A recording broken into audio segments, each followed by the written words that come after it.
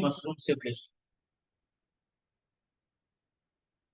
तो ये जो स्ट्रक्चर देख रहे हो, ये पूरे के पूरे मशरूम शेप्ड स्ट्रक्चर पूरी क्रिस्टी पे प्रेजेंट। मैं थोड़े दो चार बना ले रहा हूँ, बट ये प्रेजेंट होंगे हर एक जगह पे। इस स्ट्रक्चर को हम लोग बोलते हैं FOF1 पार्टिकल। इसको बोला जाएगा FOF1 पार्ट। और एक्चुअली एटीपी की फॉर्मेशन यही करता है। It helps in formation of ATP. मतलब इसी FOF1 पार्टिकल के अंदर में एटीपी की फॉर्मेशन। ठीक है। और एक और बात है, यहाँ पे क्या बात है कि इसके अंदर में इसके पास अपना डीएनए कंटेंट और राइबोसोम। ठीक है, इसके पास अपना डीएनए कंटेंट है और राइबोसोम।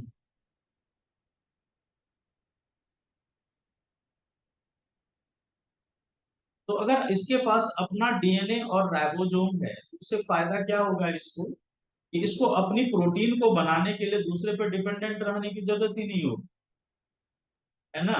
तो ये अपना प्रोटीन खुद बना सकता है। It can form its own protein. मतलब जो जरूरत के रिक्वायरमेंट के अकॉर्डिंग प्रोटीन बनाना है, या अंदर के जो भी मान लो FOF1 पार्टिकल लिए बनाना है, या कोई भी इंजाइम बनाना है, तो ये क्या करेगा, अपने इंजाइम खुद बना लेगा। और इसीलिए इसको हम लोग बोलते क्या है, माइटोकॉन्ड्रिया को हम लोग बोलते हैं सेमी ऑटोनोमस। ऑटोनॉमस। हाँ, सेमी ऑटोनोमस बॉडी। क्यों बोला जाता है सेमी? हाँ, तो इसको हम लोग क्या बोलते हैं, डीएनए और राइबोसोम प्रेजेंट होने के कारण it can form protein for itself. जो इसकी रिक्वायरमेंट होगी उस रिक्वायरमेंट के अकॉर्डिंग ये प्रोटीन खुद बना सकता है। और इसीलिए हम लोग इसको बोलते हैं सेमी ऑटोनोमस। ठीक है। तो अभी तक जो चीजें हम लोगों ने पढ़ी, वो चीजों को एक बार हम लोग फिर से रिवाइज कर लेते, रिकैप कर लेते।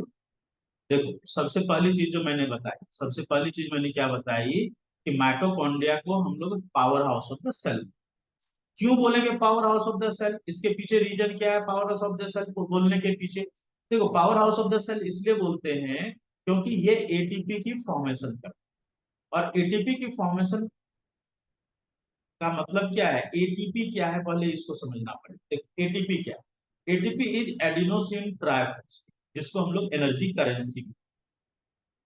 एटीपी क्या है? ये एडिनोसिन एक अमीनो एसिड है, उसके साथ जब एक फॉस्फेट अटैच होता है, फॉस्फेट कहने का मतलब PO4 3 माइनस के आयन, इसको हम लोग फॉस्फेट।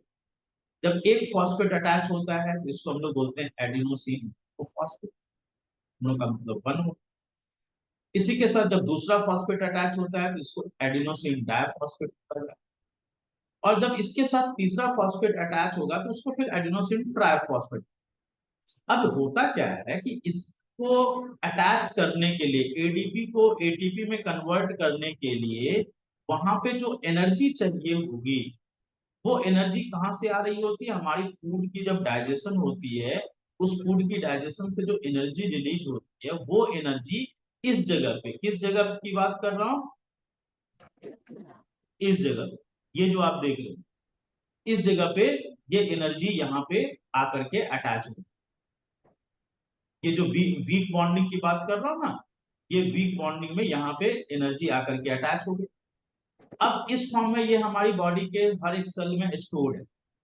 ठीक है, इस फॉर्म में ये क्या है, हमारे हर एक सेल में स्टोर्ड है ना। कौन सी फॉर्म में? एटीपी के। ठीक है। अब जैसे ही वहां से हमें कभी भी किसी चीज की जरूरत, मान लो हार्ट की वर्किंग करनी है, लंग्स की वर्किंग करनी है, किडनी की वर्किंग, बोलना है, खेलना है, तो उसके लिए जो भी एनर्जी चाहिए, वो सारी एनर्जी जो है कहाँ से मिलेगी हमें? एटीपी से ही मिलेगी, इसी जगह से मिलेगी एनर्जी। अब ये जो एनर्जी यहाँ से मिलेगी हमें, तो क्या होगा, क्या कि जब ये एटीपी कन्वर्ट होगा फिर से वापस एडीपी में, तो जो एनर्जी यहाँ पे स्टोर हुई थी ना, वही एनर्जी यहाँ पे release. Actually that energy was from food, जो वहां स्टोर हुई थी इस जगह पे, वही एनर्जी क्या हो रही है, रिलीज हो रही है। तो हमें जो भी एनर्जी चाहिए वो सारी एनर्जी जो है वो वहीं से आती है, जहां पे मतलब actually that is coming from food. अब ये एनर्जी जो है रिलीज करने के कारण ही हम लोग इसको क्या बोलते हैं, हम लोग एटीपी को बोलते हैं एनर्जी करेंसी। क्या बोलते हैं, एनर्जी करेंसी को। तो अगर आपसे क्वेश्चन पूछा जाए कि why is ATP called as energy currency of the cell, तो क्या बोलोगे इसका आंसर, क्योंकि एटीपी जो है जब भी जरूरत होती है तो हमें एनर्जी प्रोवाइड करता है, एटीपी एडीपी में टूट करके, इसलिए हम लोग इसको क्या बोलते हैं, एनर्जी करेंसी। ठीक है। अब हम लोग आते हैं माइटोकॉन्ड्रिया के स्ट्रक्चर।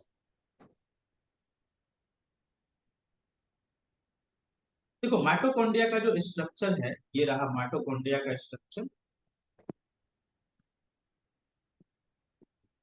डबल मेम्ब्रेन की लेयर है माइटोकॉन्ड्रिया की, है ना। ऊपर वाली मेम्ब्रेन जो है वो तो स्मूथ होता है, लेकिन जो अंदर की मेम्ब्रेन होती है, वो अंदर की मेम्ब्रेन जो है वो अंदर की साइड में फोल्डेड हो। इसके अंदर जो लिक्विड कंटेंट प्रेजेंट है, उस लिक्विड कंटेंट को हम मैट्रिक्स बोलते हैं।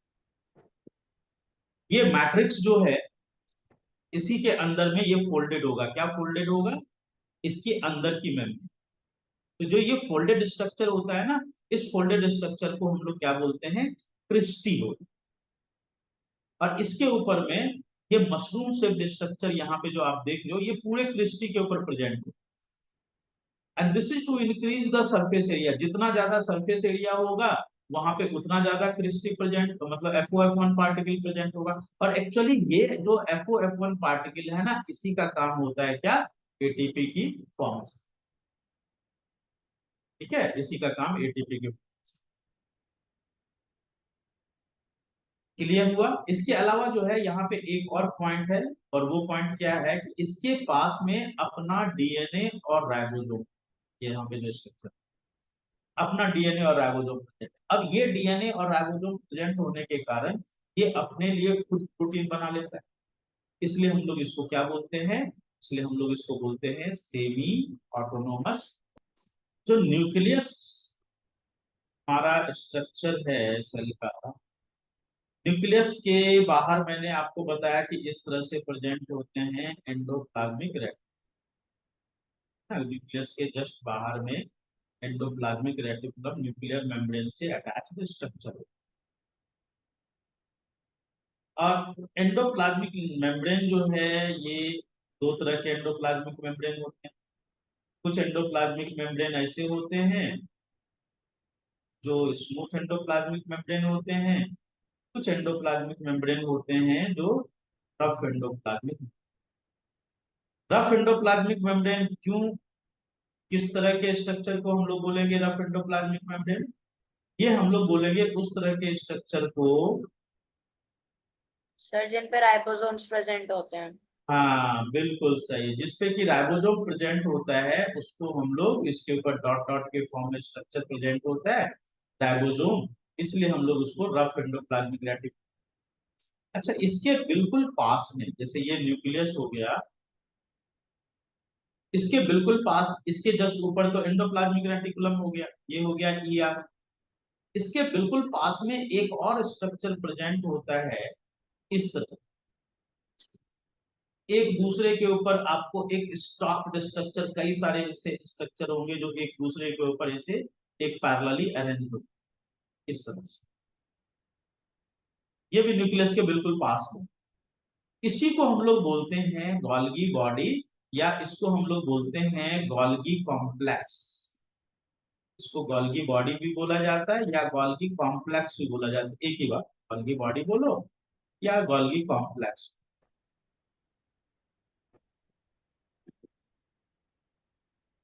तो इसको सबसे पहले जिस साइंटिस्ट ने डिस्कवर किया था, उस साइंटिस्ट का नाम था कैमिलो गोल्गी।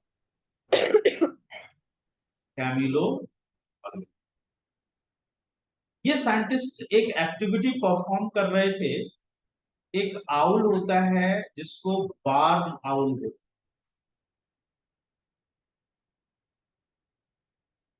बार्न आउल की आई से उन्होंने आई से उन्होंने नर्व सेल निकाला है। कहां से?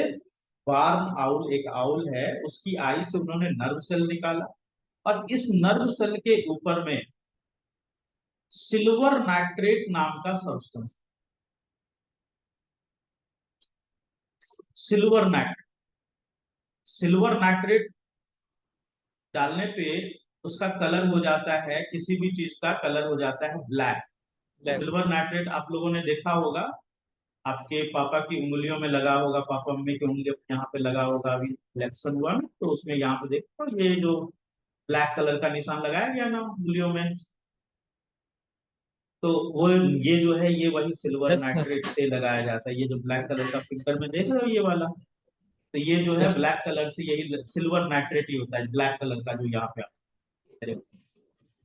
या आपके पेरेंट के भी फिंगर पे होगा, फुट दिया होगा उन्होंने, तो सिल्वर नाइट्रेट ही होता है। तो ये सिल्वर नाइट्रेट जो है जब नर्व सेल पे डाला गया तो वहां पे एक ब्लैक कलर का स्ट्रक्चर मिला, जो इससे पहले कभी नहीं देखा। तो यहाँ पे जो ये साइंटिस्ट थे, Camillo Golgi, Camillo Golgi found a black coloured structure. Actually it was not black, silver nitrate के कारण ब्लैक हुआ था। तो black coloured structure near nucleus, और इसी को टर्म दिया गया, it was termed as Golgi complex. इसी को गोल्गी कॉम्प्लेक्स बोला गया, या फिर इसी को गोल्गी बॉडी बोलते हैं, गोल्गी apparatus बोलते हैं, एक ही बात। तो हम लोग बात कर रहे थे कि इसी को उन्होंने गोल्गी कॉम्प्लेक्स बोला। तो ये जो गोल्गी कॉम्प्लेक्स है, ये जो गोल्गी कॉम्प्लेक्स है, इसका अगर हम रोल की बात करें कि इसका बेसिक रोल क्या है, फंक्शन क्या है, देखो इसका रोल क्या है कि एंडोप्लाज्मिक रेटिकुलम का रोल यार। एंडोप्लाज्मिक रेटिकुलम जो है उसमें दो तरह के एंडोप्लाज्मिक रेटिकुलम, एक था स्मूथ एंडोप्लाज्मिक रेटिकुलम और एक था rough endoplasmic. Rough endoplasmic reticulum क्या कर रहा था? प्रोटीन बना, due to presence of ribosome. और स्मूथ एंडोप्लाज्मिक रेटिकुलम क्या कर रहा था? लिपिड की फॉर्मेशन। ये सब, ये जितनी भी चीजें बनाता है वो सारी चीजें पहुंचती है कहाँ पे? सारी चीजें पहुंचती है गोल्गी कॉम्प्लेक्स। गोल्गी कॉम्प्लेक्स क्या करता है? अकॉर्डिंग टू नीड, ठीक है, अकॉर्डिंग टू नीड इसको सिंपल सब्सटेंस से कॉम्प्लेक्स सब्सटेंस में कन्वर्ट करता है। ठीक है, अब सिंपल सब्सटेंस से कॉम्प्लेक्स सब्सटेंस में कन्वर्ट करने का मतलब क्या हुआ? इसको कन्वर्ट करने का मतलब हुआ कि जैसे मान लो, सपोज करो कि हम अपने कपड़े की ही बात करें, तो हमारा कपड़ा किस चीज से बना? धागे से। लेकिन धागे को एक डेफिनेट शेप में, पैटर्न में अरेंज करने के बाद ये हमारा कपड़ा बना, है ना। उसके साथ, कपड़े के साथ बटन भी लगाया गया, कपड़े के साथ दूसरे तरह के कलर भी मिक्स किए गए होंगे, तो ये सब अलग अलग चीजें मिक्स करने के बाद एक अलग स्ट्रक्चर बना, दैट वाज शर्ट, या आपने जो कपड़े पहने। बिल्कुल उसी तरह से यहाँ पे बन रहा है प्रोटीन, यहाँ पे बन रहा है लिपिड, ये सब चीजें अलग अलग चीजें कंबाइन करके क्या बनाती है? ये सब चीजें अलग अलग कंबाइन करके बनाती है, सिंपल से कॉम्प्लेक्स कन्वर्जन, कन्वर्जन होता है। मतलब सिंपल सिंपल चीजें आपस में कंबाइन करके कॉम्प्लेक्स चीजों में कन्वर्जन होता है, और ये काम कौन करता है? ये काम करता है गोल्गी। इसका सबसे पहला रोल क्या है? It will convert simple substances, simple substances into complex substance। Simple substances को किस में कन्वर्ट कर देगा? कॉम्प्लेक्स सब्सटेंस में कन्वर्ट कर। पहला रोल इसका ये। दूसरा रोल होता है कि जो भी सब्सटेंस सेल के अंदर बन रहे हैं, उस सब्सटेंस, मतलब यहाँ पे जो भी चीजों की फॉर्मेशन हो रही है, उस चीजों की पैकेजिंग करना। पैकेजिंग करना क्यों जरूरी है? जो भी चीज बना उसको एक जगह से दूसरी जगह पहुंचाना जरूरी है, और वो एक जगह से दूसरी जगह पहुंचेगा कैसे? तो उसको बिना पैक किए एक जगह से दूसरी जगह नहीं पहुंचाई जा सकती। इसका काम होता है पैकेजिंग का। पैकेजिंग करने के बाद उस चीजों को ट्रांसपोर्ट करना, जहां भेजना है उसको, वहां पे transportation, transportation, packaging, conversion of the simple substance into complex substance, ये सारा का सारा काम किसका है? ये सारा का सारा काम होता है गोल्गी। अच्छा, इसके अलावा गोल्गी कॉम्प्लेक्स का एक और बहुत इंपॉर्टेंट है, और वो रोल क्या होता है? गोल्गी कॉम्प्लेक्स जो है, इसके अगल बगल में यहाँ पे फॉर्म हो रहे होते हैं एक और चीज, जिसको बोला जाता है लाइसोसोम। यहाँ से टूट फूट करके साइड में यहाँ पे फॉर्म हो रहा होता है लाइसोसोम। ये लाइसोसोम बनाने का काम भी साइड साइड में देख रहे हो, यहाँ से इसी जगह से टूटता जाएगा और लाइसोसोम की फॉर्मेशन होती जाएगी। It also helps in formation of lysosome. अब ये लाइन किसने ड्रॉ कर दिया?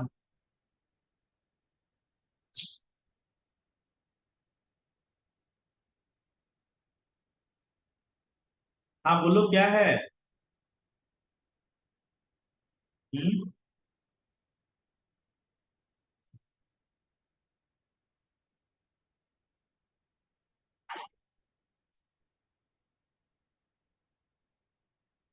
तो लाइसोसोम की फॉर्मेशन करना, ये काम किसका होता है? ये काम भी इसी का। एक मिनट में है।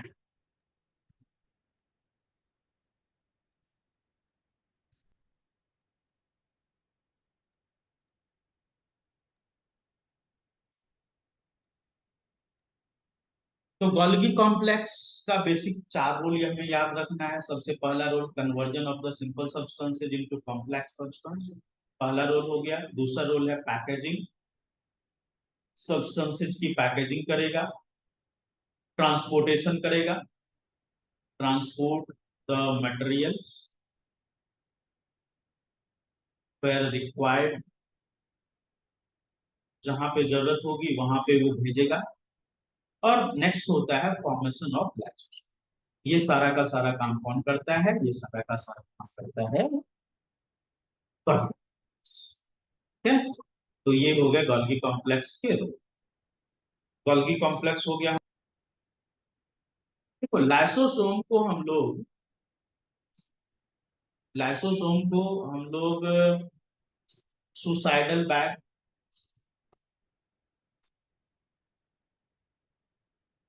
इसको हम लोग सुसाइडल बैग, इसको हम लोग स्कैवेंजर ऑफ सेल भी बोलते हैं।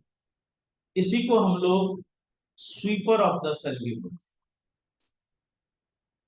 स्वीपर ऑफ सेल, ठीक है, तीनों नाम से, suicidal bag, scavenger of cell and sweeper of.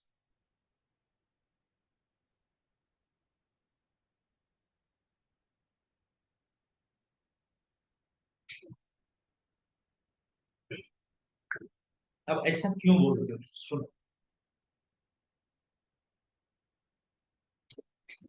ऐसा इसलिए बोलते हैं बच्चों, क्योंकि ये जो है लाइसोसोम, इसके अंदर एक बहुत ही strong enzyme present. Lysosome contains very strong, इसको हम लोग hydrolytic enzyme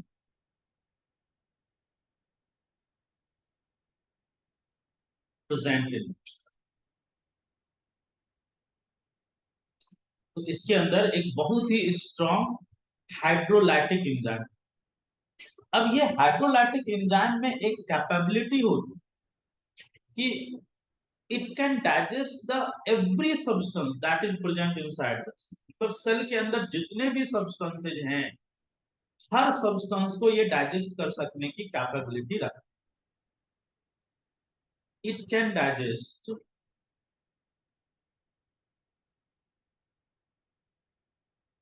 almost all substance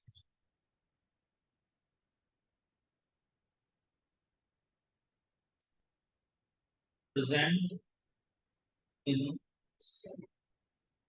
तो लाइसोसोम को देखो कितने नाम से जानते हैं हम लोग। लाइसोसोम का एक नाम तो हो गया, लाइसोसोम का एक नाम बोला हमने सुसन, दूसरा नाम बोला हमने scavenger of cell, scavenger of cell, तीसरा नाम हमने बोला स्वीपर ऑफ सेल।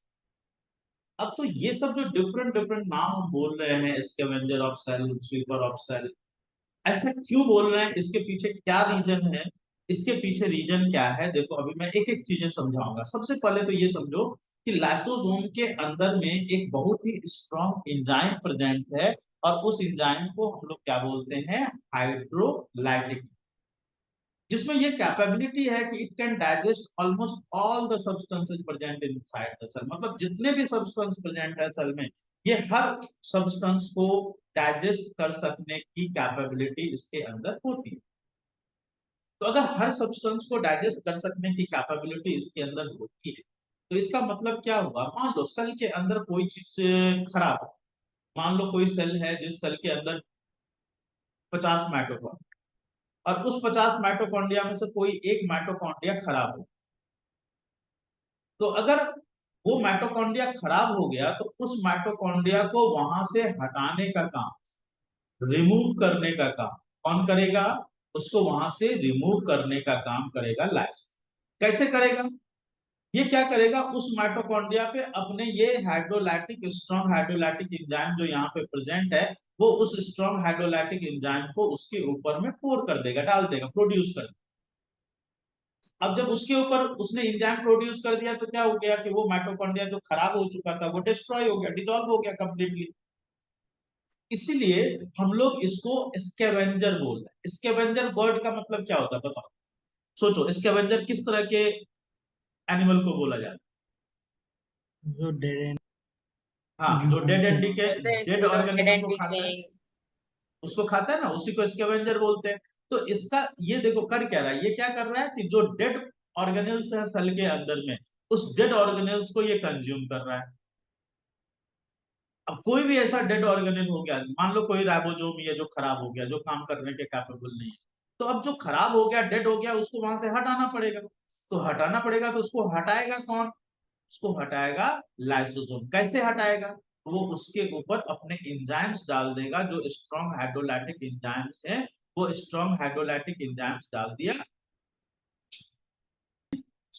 इसको हम लोग क्या बोलते हैं, स्कैवेंजर बोलेंगे या फिर sweeper of.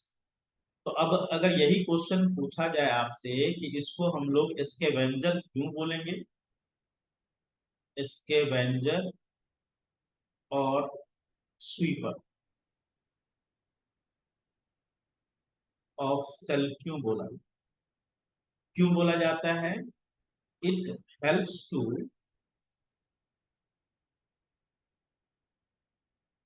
destroy or dissolve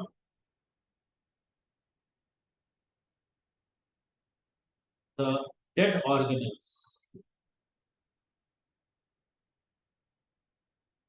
of cell by using its strong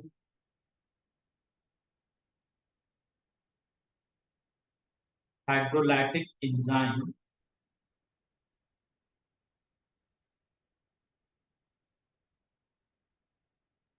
so it is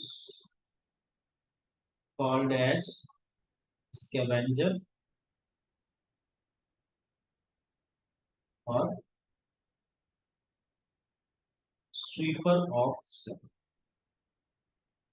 है, इसलिए हम लोग इसको स्कैवेंजर बोलेंगे या स्वीपर ऑफ द सेल। तो ये तो हो गया कि इसको हमने स्कैवेंजर क्यों बोला या स्वीपर क्यों बोला, स्कैवेंजर क्यों बोला या स्वीपर। लेकिन इसको हम लोग सुसाइडल बैग क्यों बोलते, इसके पीछे क्या रीजन होता है, सुसाइडल बैग बोलते। सुन अब ये पॉइंट समझो कि सुसाइडल बैग क्यों बोला जाता है। देखो कभी कभी मान लो कि सेल की कोई मेम्ब्रेन टूट गई, सेल मेम्ब्रेन ही सपोज करो, और सेल अपने आप को अगर रिपेयर नहीं कर सकता, या कोई ऐसी चोट लग गई जिस चोट के कारण जो है सेल के अंदर इतनी इंजरी हो गई कि वो सेल अपने आप को रिपेयर नहीं कर सकता। या सपोज करो किसी बैक्टीरिया ने अटैक कर दिया और उस बैक्टीरिया की अटैक के कारण जो है वहां पे क्या हो रहा है, बैक्टीरियल अटैक के कारण या फंगल अटैक के कारण सेल अपने आप को रिवाइव नहीं कर सकता। अब ऐसी कंडीशन में जब सेल अपने आप को रिवाइव नहीं कर सकता, वो समझ रहा है कि वो अपने आप को बचा नहीं सकता, तो ऐसी कंडीशन में जब सेल खतरे में होगा, स्टेट में हो, तो वैसी कंडीशन में क्या होगा कि जितने भी लाइसोसोम उसके अंदर में हैं, सारे के सारे लाइसोसोम एक साथ बर्स्ट हो जाएंगे। और जब एक साथ बर्स्ट हो जाएंगे तो क्या होगा, पूरी की पूरी सेल की जो कंटेंट है दैट विल गेट डिसॉल्व। और that's why this lysosome is also called as suicidal. इसको हम लोग सुसाइडल बैग क्यों बोलते हैं, सुसाइडल बैग? रीजन क्या है सुसाइडल बैग बोलने के पीछे?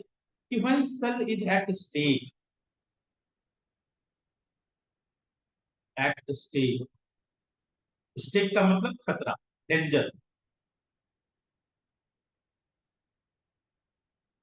Danger situation,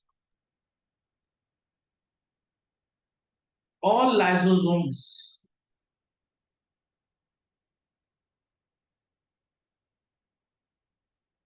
present inside cell will burst simultaneously.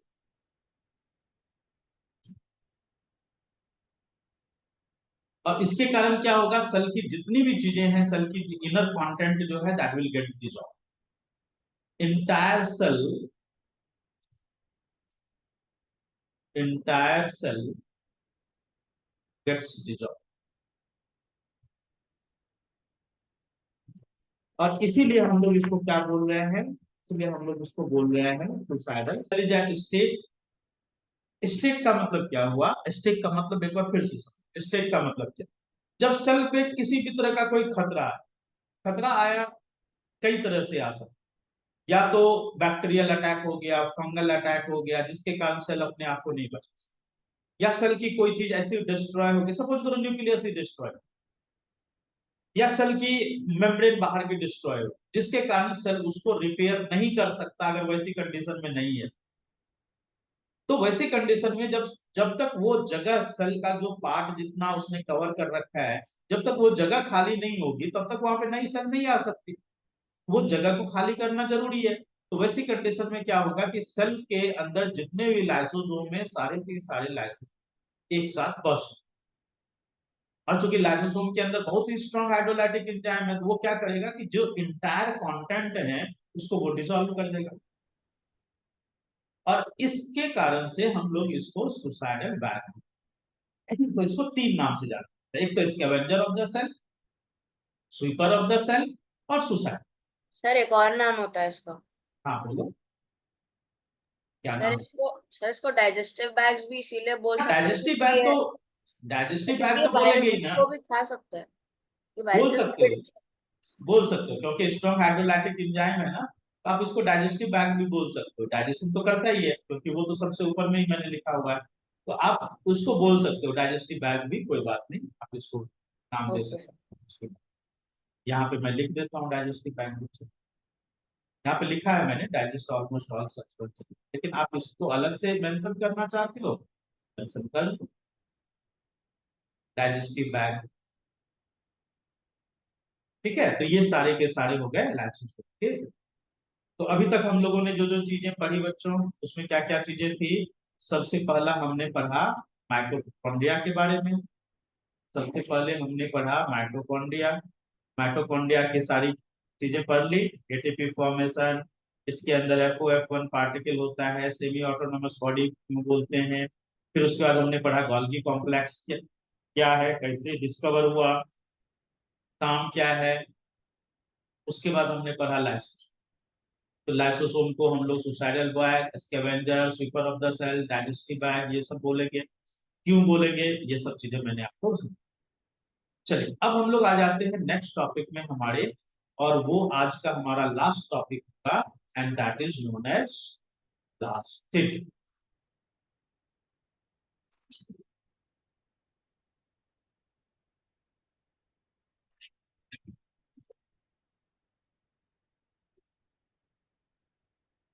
Plast.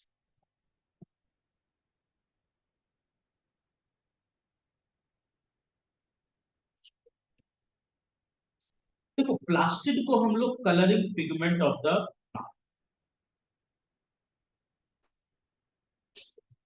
Colouring pigment of, तो colouring pigment of the plant क्यों बोलेंगे, इसके पीछे रीजन क्या है कलरिंग पिगमेंट ऑफ प्लांट बोलने के पीछे? प्लास्टिड होते हैं तीन का। सबसे पहला टाइप होता है प्लास्टिड का जिसको हम लोग बोलते हैं क्लोरोप्लास्ट। थोड़ा मैं ना इसको छोटा कर और तो प्लास्टिड होते हैं तीन तरह के। सबसे पहला टाइप हो गया,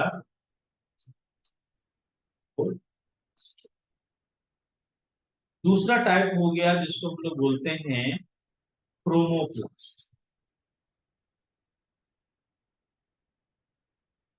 और तीसरा टाइप जो प्लास्टिड का होता है इसको बोला जाता है ल्यूकोप्लास्ट।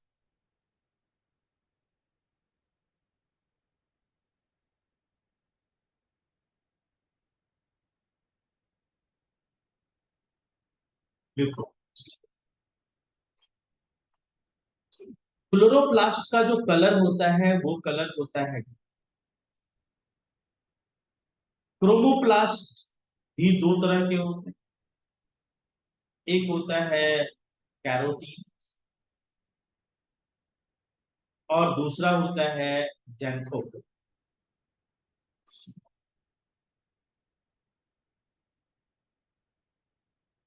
कैरोटीन येलो कलर का होगा और जेंथोफिल जो है बाकी सारे कलर्स जो होते हैं रेस्ट कलर्स। ल्यूकोप्लास्ट व्हाइट, ठीक है। तो अगर हम इसके कलर्स की बात करें तो क्लोरोप्लास्ट का कलर हो गया ग्रीन, कैरोटीन हो गया येलो, जेंथोफिल हो गया रेस्ट कलर्स और ये ल्यूकोप्लास्ट हो गया व्हाइट। ये प्रेजेंट कहाँ कहाँ पे होते हैं? ये प्रेजेंट होंगे, क्लोरोप्लास्ट प्रेजेंट होता है ग्रीन लीव्स में, और इसी के साथ साथ ये प्रेजेंट होगा सॉफ्ट स्टेम्स, ठीक है, ग्रीन लीव्स में और सॉफ्ट स्टेम्स, ये इस दोनों जगह पे प्रेजेंट। कैरोटीन, जेंथोफिल, ये जो क्रोमोप्लास्ट है ये प्रेजेंट होते हैं फ्लावर्स में और फ्रूट्स। ल्यूकोप्लास्ट जो है ये प्रेजेंट होता है रूट में और साथ ही साथ स्टेम, रूट और स्टेम दोनों जगह। अगर हम इसके फंक्शन की बात करें तो क्लोरोप्लास्ट में फोटोसिंथेसिस की प्रोसेस, फोटोसिंथेसिस तो आप लोग समझते हो, it will synthesize their own, synthesize their own food।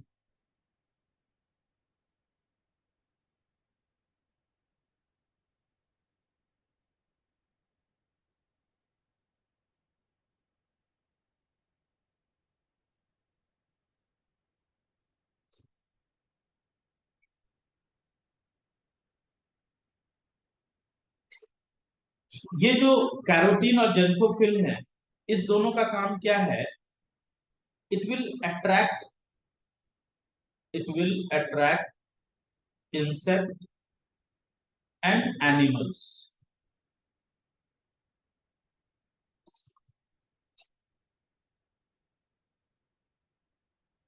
सब पढ़ने वाला बच्चा है, परेशान करके रखा है कब से आ रहा।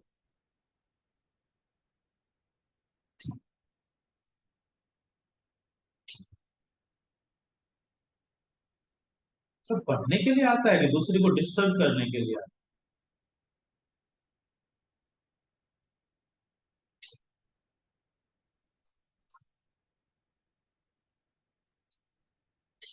तो इसका काम क्या, it will attract insect and animals.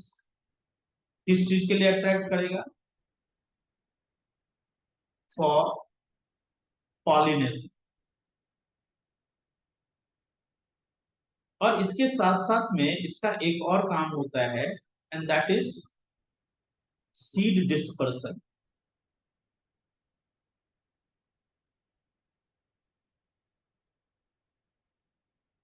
अब जैसे मान लीजिए फ्लावर, तो फ्लावर में जो ब्राइट कलर होता है फ्लावर, वो फ्लावर का ब्राइट कलर पे ही इंसेक्ट अट्रैक्ट होगा। और जब अट्रैक्ट होगा इंसेक्ट वहां पे, तो वहां पे पॉलिनेशन की जो प्रोसेस होगी वो इसीलिए हो पाएगी क्योंकि उसका ब्राइट कलर। अब जैसे कोई एनिमल फ्रूट को खाने के लिए आए, तो जब एनिमल फ्रूट को खाने के लिए आएगा तो क्या करेगा, उसकी सीड को इधर उधर थ्रो करेगा। तो जब इधर उधर थ्रो करेगा तो उसकी सीड क्या होगी, उससे डिस्पर्स होगी। तो सीड की डिस्पर्सन हो जाती है उससे। और जब जहां पे डिस्पर्स होगी सीड, वहां पे एक नया प्लांट प्रोड्यूस हो जाएगा। तो बेसिकली अगर मान लो जैसे मैंगो है, अब मैंगो का ब्राइट कलर है, तो उस ब्राइट कलर को देख करके एनिमल वहां अट्रैक्ट। अब एनिमल अट्रैक्ट हुए, उसने फ्रूट को खाया, फ्रूट को खा करके सीड को इधर उधर थ्रो कर दिया, जहां थ्रो किया वहां पे एक नया प्लांट प्रोड्यूस हो गया। तो ये जो ब्राइट कलर है उसकी सीड डिस्पर्सल में हेल्प कर रहा है। अब आते हैं हम लोग ल्यूकोप्लास्ट में। ल्यूकोप्लास्ट जो कि व्हाइट कलर्ड होता है, इसको कलर से कोई मतलब नहीं है क्योंकि इसका काम स्टोरेज ऑफ द फूड है।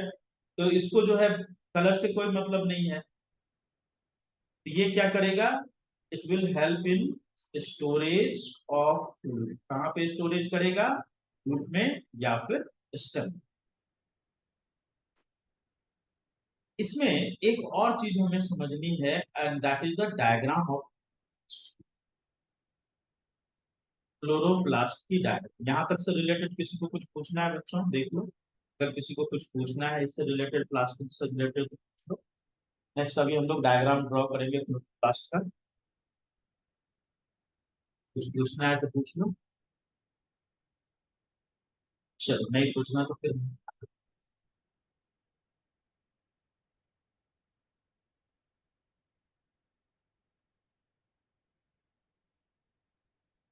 क्लोरोप्लास्ट का डायग्राम।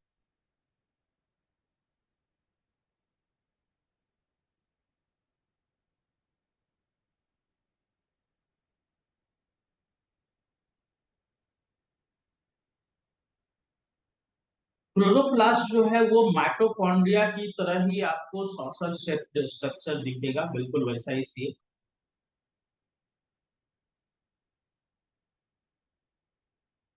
वहां पे क्या था कि उसकी आउटर मेम्ब्रेन तो स्मूथ थी और इनर मेम्ब्रेन अंदर की ओर फोल्डेड थी, बट यहाँ पे ऐसा नहीं।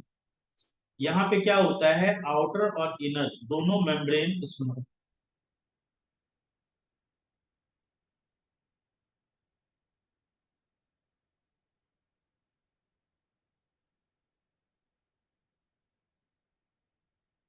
आउटर एंड इनर स्मूथ,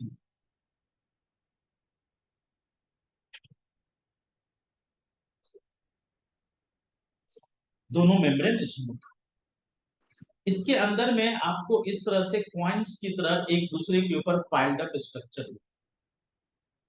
अब इस एक स्ट्रक्चर को हम लोग बोलते हैं थाइलेक्वाइड।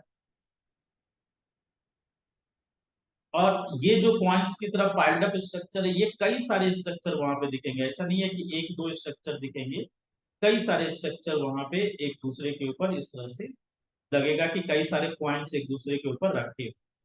इसको हम लोग बोलते हैं ग्रैना। और ये जितने भी ग्रैना हैं, ये सब आपस में एक दूसरे से अटैच हो by a structure called as lamellae. इस तरह से आपस में ये एक दूसरे से अटैच। ठीक है, जिस स्ट्रक्चर से ये अटैच्ड है इसको हम लोग लैमेली बोलते। इसके अंदर जो फ्लूइड कंटेंट है, इस फ्लूइड कंटेंट को हम लोग बोलते हैं स्टोमा। ये हो गया इसके अंदर का फ्लूइड कंटेंट। और इस थैलेक्वाइड के अंदर में ग्रीन कलर की पिगमेंट प्रेजेंट होती है, डॉट डॉट स्ट्रक्चर प्रेजेंट होता है ग्रैन्यूल्स की तरह, जिस स्ट्रक्चर को हम लोग बोलते हैं क्लोरोफिल। क्लोरोफिल जो है वो यहाँ पे प्रेजेंट होता है, कहाँ पे? थैलेक्वाइड के अंदर में डॉट डॉट लाइक स्ट्रक्चर यहाँ पे प्रेजेंट होता है, and that is called as chlorophyll. So this is granule structure inside thylakoid.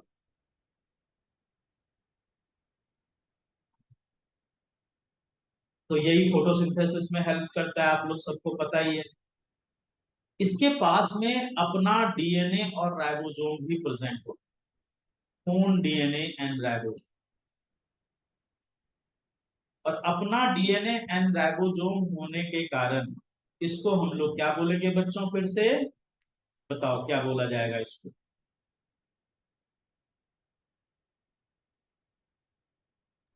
Semi autonomous. हाँ बिल्कुल, इसको हम लोग बोलेंगे सेमी ऑटोनोमस बॉडी। तो माइटोकॉन्ड्रिया भी सेमी ऑटोनोमस बॉडी है, क्लोरोप्लास्ट भी सेमी ऑटोनोमस बॉडी है, दोनों ही सेमी ऑटोनोमस,